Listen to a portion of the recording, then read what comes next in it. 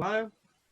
Foi todo mundo. Então, ó, vamos terminar aqui a correção dos exercícios do livro, página 58 e 59. Eu falei no início lá para vocês se organizarem e pegar o livrinho. Então, só faltou uma questão, a questão número 2, tá certo?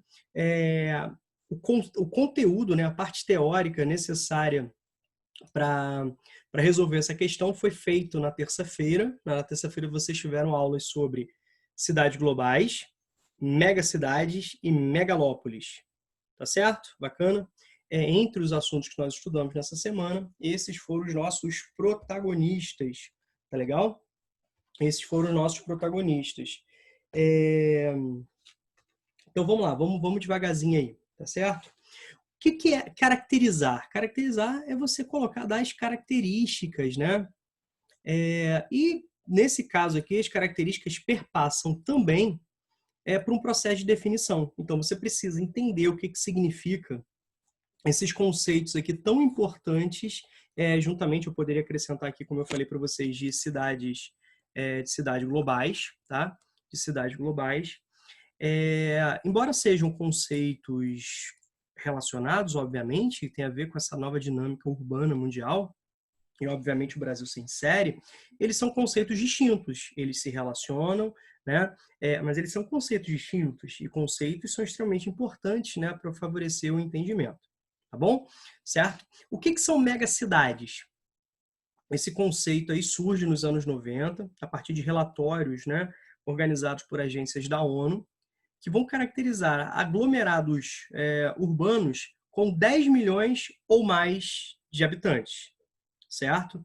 Essas megacidades, elas estão espalhadas em vários territórios. Coloquei para vocês lá um mapa, né? Apresentei para vocês as principais megacidades, mas eu também apresentei para vocês uma tabelinha, né? Uma tabelinha fazendo um comparativo em determinados momentos, tá bom? Então, se a gente pega, por exemplo, dos anos 90, momento, né, onde esse conceito passa a ser criado por um fenômeno já existente, mas que começava a chamar cada vez mais atenção,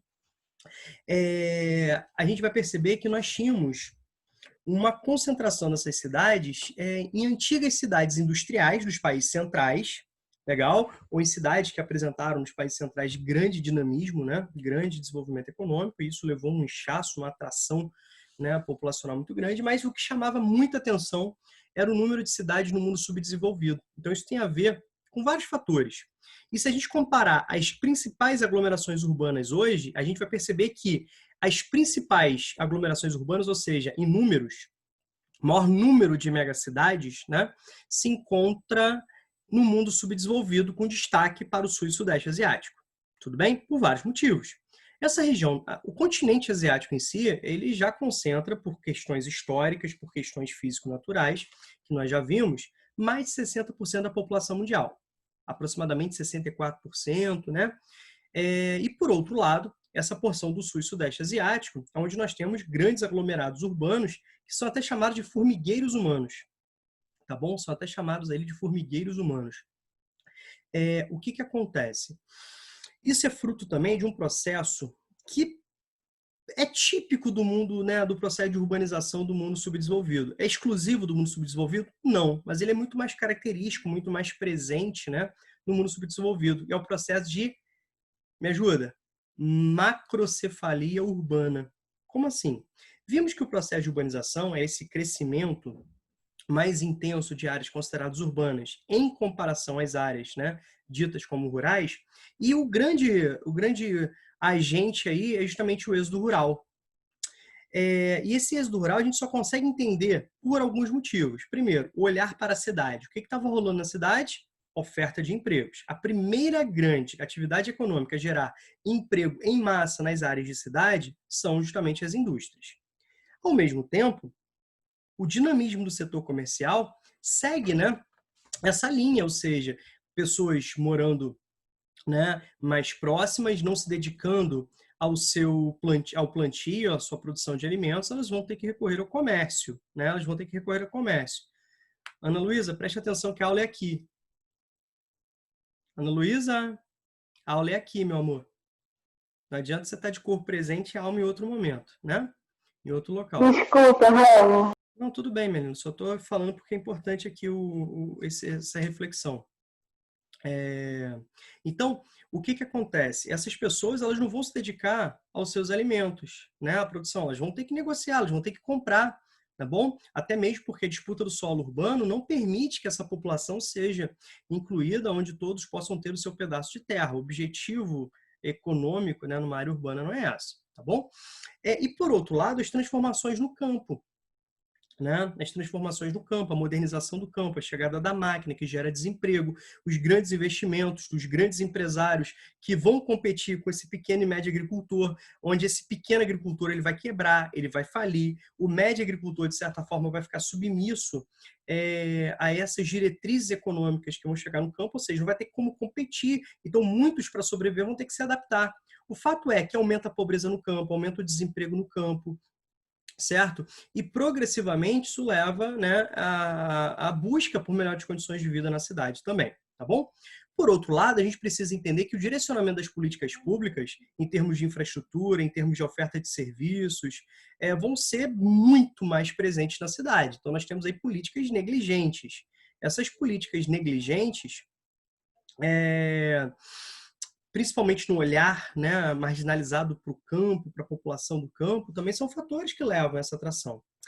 E nos países subdesenvolvidos, essa migração ela não vai ser distribuída entre várias cidades, levando, né, uma distribuição em cidade médio, pequeno, grande porte. Pelo contrário, há um processo de concentração em um pequeno número de cidades. Se a gente pegar o Brasil como exemplo, para ficar mais fácil, a gente pode falar São Paulo e Rio de Janeiro, né? Grande parte do fluxo migratório que aconteceu em várias regiões do Brasil, sobretudo de nordestinos, que, né, viam nessa oportunidade migratória, oportunidade de melhorar de vida, né? Ou fugindo da seca, ou fugindo da pobreza, da miséria, do mandonismo local, né, da fome, da exclusão social, busca de oferta de, né, de infraestrutura de serviços, bacana. Eles se direcionaram para São Paulo e Rio. Então, é um processo de inchaço, tá? É justamente nessas áreas que nós temos essa caracterização, tá bom? Então, megacidade é isso. São aglomerados, né, com 10 milhões ou mais de habitantes. Tá legal? São aglomerados urbanos com 10 ou mais milhões de habitantes. São mais típicos do mundo subdesenvolvido. Então, vocês repararam que a caracterização é uma caracterização quantitativa. Megacidade não fala o seguinte, como que essa população vive? Ela está tendo acesso a quê? Ela não se preocupa com esses critérios qualitativos. Tá legal? Certo? Então, nós temos, assim, esse critério de megacidade.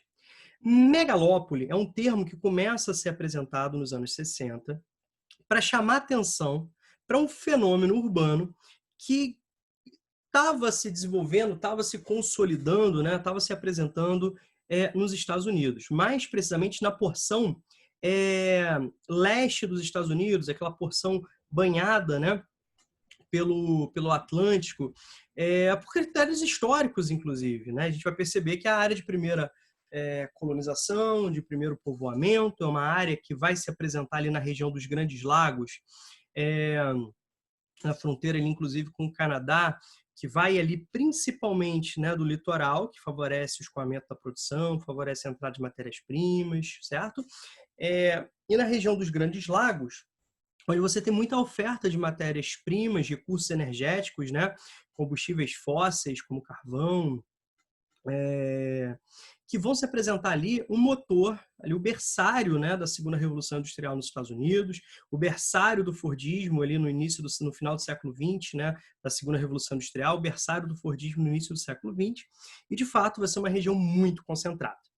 O que vai se apresentando ali? Um processo de conurbação muito especial. Aí você fala, caramba, Romulo, o que é conurbação? Vimos que conurbação é um processo de expansão da mancha urbana, concreto, asfalto, né? A disputa pelo solo urbano, a necessidade de espaço, o avanço das atividades produtivas, né? O avanço das atividades comerciais faz com que a mancha urbana se expanda. A isso nós chamamos, horizontalmente, a isso nós chamamos de conurbação, a um processo de integração entre áreas, criando uma grande mancha urbana, ou seja, numa visualização aérea, você não consegue, por exemplo, visualizar os limites político-administrativos entre uma cidade e outra, né? Então, vou pegar aqui nosso exemplo aqui mais próximo. Se a gente, por exemplo, chegar ali em Itaboraí, São Gonçalo, Niterói, em determinados trechos, né, se você tiver uma visão aérea, você vai perceber que você não consegue perceber onde se dá o limite político-administrativo entre os municípios. É uma grande mancha urbana de casas, de construções, de rodovias, né, de ruas, de construções típicas de aglomerações urbanas. Obviamente que aqui não está levando em consideração os serviços públicos, o saneamento, entre outras características tão importantes, né, a esses aglomerados urbanos, mas você vê uma grande manchona. Então é isso que nós chamamos de conurbação. Mas eu falei para vocês que é um processo de conurbação muito especial. Sabe por quê?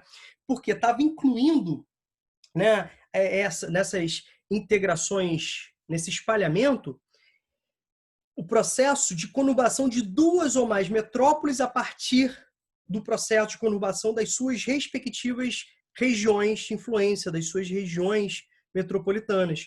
Então, a primeira megalópole, né, apresentada é a megalópole cujo apelido passou a ser chamado de Bosch-Wash, ou seja, que passa de Boston até Washington, tendo como centro Nova York, mas englobando outras importantes metrópoles e suas regiões de influência, como Pensilvânia, Filadélfia, criando a maior concentração urbana do mundo naquele contexto. Tá legal? Certo? Então, megalópole não é uma metrópole grandona, não, tá? Megalópole é o nome dado a um processo caracterizado pela conurbação de duas ou mais metrópoles e das suas respectivas regiões metropolitanas. Eu aproveitei também na questão para revisar com vocês, lá nas aulas, né? E chamei a atenção para o Brasil. Muitos autores apontam, né, o processo de formação, que está em formação a megalópole no Brasil, no eixo ali do Vale do Rio Paraíba, do Sul, né, englobando o trecho de São Paulo e Rio. Beleza? Tendo a Via Dutra aí, talvez, como o principal eixo, né, de ligação de transportes, tá bom? Assim, outros autores, né, mais voltados para uma análise de São Paulo, já apontam que existe uma megalópole muito mais avançada, ou em processo, né, de formação muito mais avançado, integrando regiões metropolitanas do estado de São Paulo, ou seja, a Grande São Paulo, cujo metrópole principal é o município de São Paulo, né? Beleza? Campinas e Santos, certo?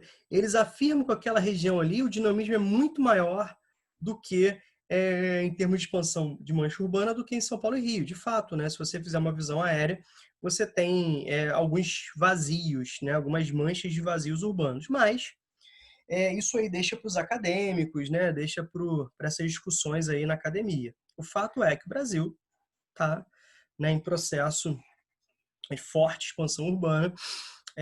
Nós já ultrapassamos, aí, segundo o IBGE, mais de 87% de população urbana, tá bom? Isso não significa que urbanização seja isento de contradição, tá legal? Então, assim, nem todas as pessoas que moram, ou a grande maioria das pessoas que moram em áreas urbanas, devido à proximidade do trabalho e tal, não apresentam aquelas condições dignas de vida. E nós falamos muito sobre os problemas urbanos, tanto os socioeconômicos como os socioambientais. Tá legal? Certo? Tá claro para vocês o conceito de megacidade e megalópole? Beleza? Tranquilo? Deu para matar direitinho a questão? Vocês querem perguntar alguma coisa sobre? Não? Certeza? Ó,